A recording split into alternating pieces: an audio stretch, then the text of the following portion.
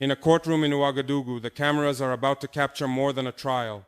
They are about to witness the moment when secrecy dies and accountability is born. Today, the world will watch as Henry Damiba, the fallen president who believed power was his inheritance and corruption his privilege, faces the consequences of his choices. But this is not merely the story of one man's reckoning. This is the story of a continent deciding whether transparency or opacity will define its future. For months, the whispers have circulated through West African capitals like wildfire. What will be revealed when the cameras roll? Which names will tumble from the lips of conspirators? Which bank accounts will be exposed? Which phone calls played back? Which handshakes shown to be handcuffs in disguise? The decision to televise this trial was not made lightly. Ibrahim Traore understood that justice hidden in the shadows breeds suspicion. But justice conducted under the blazing light of public scrutiny breeds confidence. When investors ask whether the rule of law exists in a nation, they are not seeking promises, they are seeking proof. When young Africans ask whether accountability is possible on their continent, they are not seeking rhetoric, they are seeking examples. This trial will provide both. Stay with us. This is more than a courtroom drama. It is a continental awakening. If you believe that Africa deserves leaders who answer to their people rather than their bank accounts, show your support with a like, a comment, or a subscription. It means more than numbers. It lights the torch of accountability that corrupt leaders fear most. The extradition of Damiba from Togo required careful diplomatic choreography. The agreement was precise. No death penalty, but no escape from justice. Togo understood that their cooperation would be scrutinized as closely as the trial itself. They chose transparency over complicity, knowing that history would judge both the crime and those who helped deliver the criminal to face his reckoning. But what makes this trial unprecedented is not just its public nature. It is the web of complicity it threatens to expose.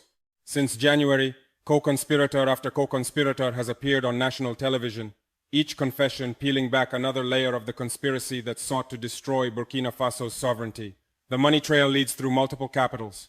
The communication records span international borders. The network of corruption touches institutions that prefer to operate in darkness. Intelligence sources suggest that the evidence folders contain more than just financial records. They contain the architectural blueprints of how corruption flows across West Africa, like a poisonous river, feeding off the poverty of the people, while enriching the palaces of the powerful. When these documents are read aloud in that courtroom, they will not just indict individuals, they will indict a system. The panic in neighboring capitals is not about Damiba's fate, it is about their own exposure. For decades, they have operated under the assumption that their coordination would remain invisible, their funding sources untraceable, their puppet strings hidden, but transparency has a way of making the invisible suddenly, devastatingly visible. Young people across the region are paying attention in ways that terrify established power structures. In Nigeria, activists who dared to show solidarity with Burkina Faso's revolution found themselves arrested by state security. The message was clear. Do not look toward the Sahel with hope. Do not ask why your own leaders cannot deliver what Traore delivers.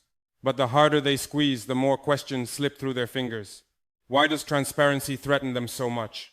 Why does accountability make them so nervous? Why does one young captain's commitment to justice expose the hollowness of their democratic pretenses? The televised trial represents something more dangerous than legal proceeding. It represents a new standard that other African youth will demand from their own leaders. When you see justice delivered fairly, transparently, accountably, you cannot unsee it. When you witness a leader who treats the law as superior to his own convenience, you cannot unknow what leadership should look like. But the most explosive revelation may not come from Damiba's own testimony. It may come from the document that intelligence sources whisper about in hushed tones, a document so comprehensive in its exposure of regional corruption networks that its public reading could trigger a domino effect of accountability across West Africa. What that document contains, and why 3 presidents have reportedly made urgent phone calls to each other since news of the televised trial broke, will reshape how we understand the true price of corruption and the power of one. Leaders' commitment to transparency. But as the cameras prepare to roll in that Ouagadougou courtroom, intelligence sources whisper of a document so explosive it could topple governments across the region, and we will reveal what it contains. The document that has sent tremors through West African capitals contains more than evidence. It contains the DNA of a corruption network so sophisticated that it operated like a shadow government across multiple nations. When this file is opened in that Ouagadougou courtroom, It will reveal not just who funded the conspiracy against Ibrahim Traore, but how the funding flowed, why it flowed, and what it was meant to purchase. The financial records trace a web that stretches from Abidjan to Abuja, from private accounts in European banks to cash transfers through informal networks that thought they were invisible. But transparency has a way of making the invisible suddenly, devastatingly clear. The amounts are staggering. Not just thousands or hundreds of thousands, but millions of dollars mobilized to destabilize a nation whose only crime was choosing dignity over dependency. But the money tells only half the story. The communications reveal the other half, a pattern of coordination that exposes how certain regional leaders view their neighbors not as sovereign equals, but as pieces on a chessboard to be moved at will. When you read the transcripts of conversations between conspirators, you understand that the coup attempt was never about Burkina Faso's internal affairs. It was about preventing a dangerous example from spreading. The Nigerian connection runs deeper than the arrest of activists who dared to show solidarity with Traore's revolution. Intelligence suggests that the panic in Abuja stems not from philosophical disagreements about governance, but from the fear that Nigerian youth might start asking uncomfortable questions about why their own vast oil wealth has not translated into the kind of transformative projects they witness in Burkina Faso. When young Nigerians see solar plants rising from Burkina soil, when they see local industries creating jobs from local resources, when they see a leader who speaks truth to international power without apology, they begin to wonder why such things seem impossible in their own resource-rich nation. That wonder becomes dangerous to those who profit from the status quo. The Ivory Coast dimension reveals an even more troubling pattern. Intelligence sources suggest that certain elements within Abidjan view Burkina Faso's success as a direct threat to their own legitimacy. How do you explain to your people why cocoa farmers struggle while the nation that shares your border transforms its agricultural sector? How do you justify decades of dependency when your neighbor demonstrates what sovereignty actually looks like? Let us take a moment here, not to rush forward, but to give thanks. Write a comment with a simple thank you to the courage of transparency, to the spirit of accountability, or to the principle that justice should never hide in shadows. Gratitude is not a formality. It is recognition. It is dignity expressed in words. When you add your voice of thanks, you are standing in solidarity with the idea that leaders should answer to their people, not hide from them. Take this pause to comment your thanks. Together, those words become a beacon of hope for every African who believes in honest governance. The regional implications extend far beyond the immediate conspirators. When the trial reveals the mechanics of how external forces attempt to destabilize African nations, it strips away the comfortable fiction that coups are purely internal affairs. The evidence suggests a pattern of interference that treats African sovereignty as conditional acceptable only when it serves external interests, illegitimate when it prioritizes national dignity. This revelation transforms the trial from a legal proceeding into a masterclass in how modern African leaders can defend their sovereignty while maintaining transparency. By televising everything, Traore demonstrates that accountable governance and strong leadership are not contradictions. They are complementary forces that strengthen rather than weaken each other. The economic implications are equally profound. Foreign investors have long complained about transparency deficits across Africa, but they have rarely seen such a comprehensive demonstration of how transparent governance actually operates. When they watch this trial unfold, fair, open, documented, principled, they witness something they thought was impossible. African leadership that holds itself to the same standards it demands from others.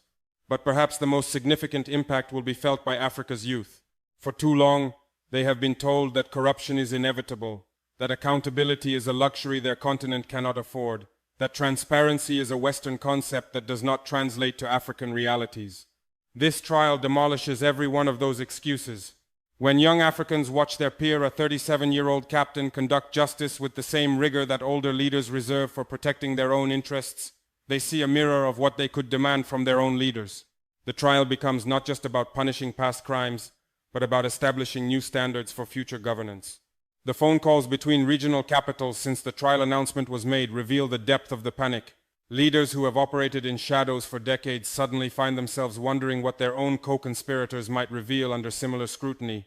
The fear is not just of legal consequences, it is of political irrelevance in a continent where young people increasingly refuse to accept corruption as normal.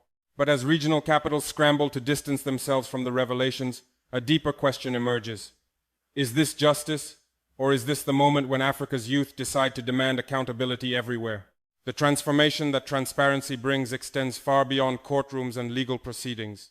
When investors witness a government that subjects itself to the same scrutiny it demands from others, they see something rarer than gold in Africa: predictable governance.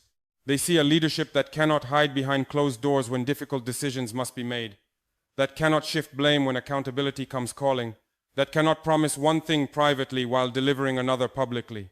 This creates what economists call institutional confidence, the foundation upon which sustainable development is built.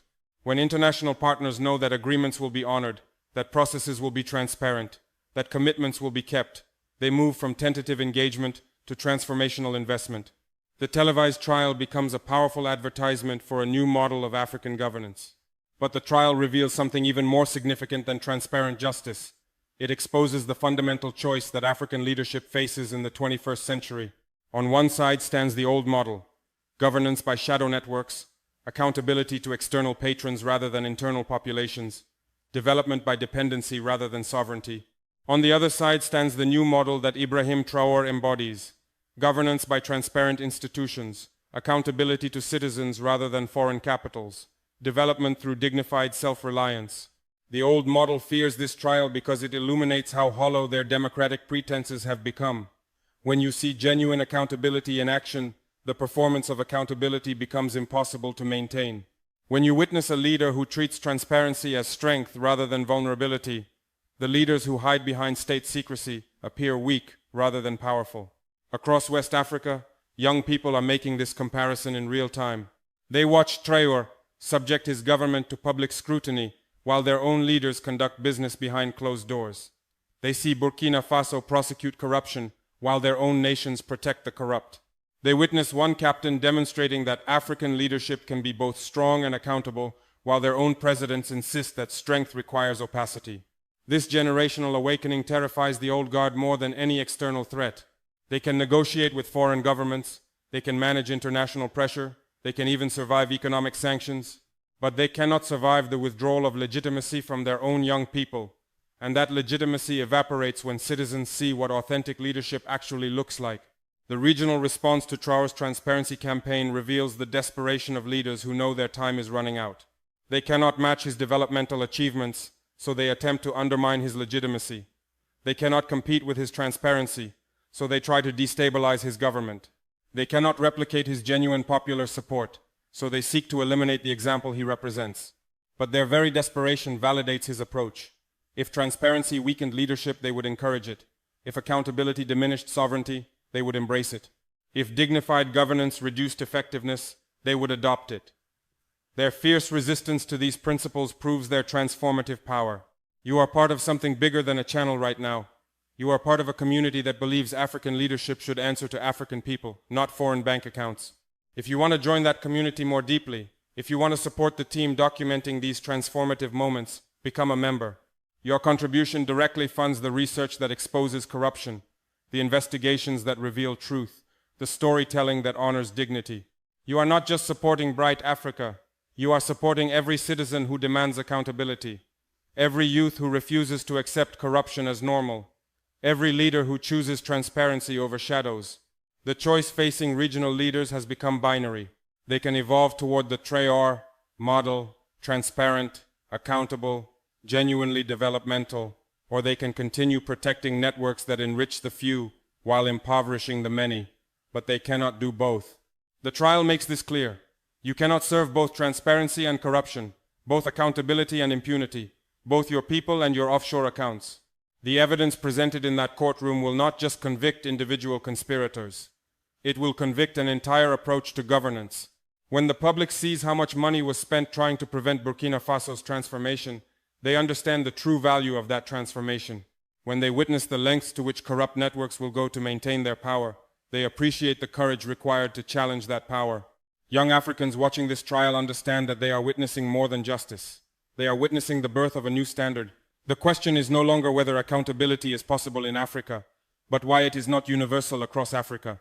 The trial shifts the burden of proof from those demanding transparency to those defending opacity. As the gavel prepares to fall in Ouagadougou, two futures hang in the balance. One where impunity finally faces its reckoning, another where the old networks fight back with everything they have. Only one will survive. The verdict delivered in that Ouagadougou courtroom echoed far beyond the confines of law and justice. It announced the arrival of a new era. When Pope Henry Damiba faced the consequences of his actions under the full scrutiny of continental television, every corrupt leader across Africa felt the ground shift beneath their feet. The age of accountability had officially begun. The trial's revelations exceeded even the most optimistic expectations. Name after name tumbled forth, not just local conspirators but regional architects, not just financial enablers but institutional collaborators. The web of corruption that had operated in darkness for decades found itself exposed under light so bright that denial became impossible. But the most powerful moment came not from any single revelation. It came from the simple fact that the trial happened at all. When Ibrahim Traore chose transparency over secrecy, accountability over convenience, justice over political expediency, he demonstrated that African leadership could be both strong and principled. The false choice between effectiveness and ethics collapsed under the weight of evidence. International investors who had long complained about governance deficits across Africa suddenly witnessed governance that exceeded global standards. The televised proceedings became a masterclass in how transparent institutions actually strengthen rather than weaken sovereign leadership. Investment commitments that had been stalled for years began flowing toward Burkina Faso with unprecedented speed. Regional capitals that had expected the trial to weaken Traore's government watched in dismay as it strengthened both his legitimacy and his influence. Young people across West Africa stopped asking why accountability was impossible and started demanding why it was absent. The example had become a standard, and the standard had become a weapon against corruption everywhere. Take a second right here to tell us where you are watching from. Write in the comments the name of your city, your country, the soil beneath your feet. Bright Africa reads every one of them with immense gratitude, and we send to each of you a heartfelt wish. May your journey be filled with the courage to demand transparency, the wisdom to recognize authentic leadership, and the strength to build accountable institutions wherever you are. This is more than a video. It is a gathering of voices across the globe, united by the belief that justice should never hide in shadows. The trial's impact on regional politics was seismic.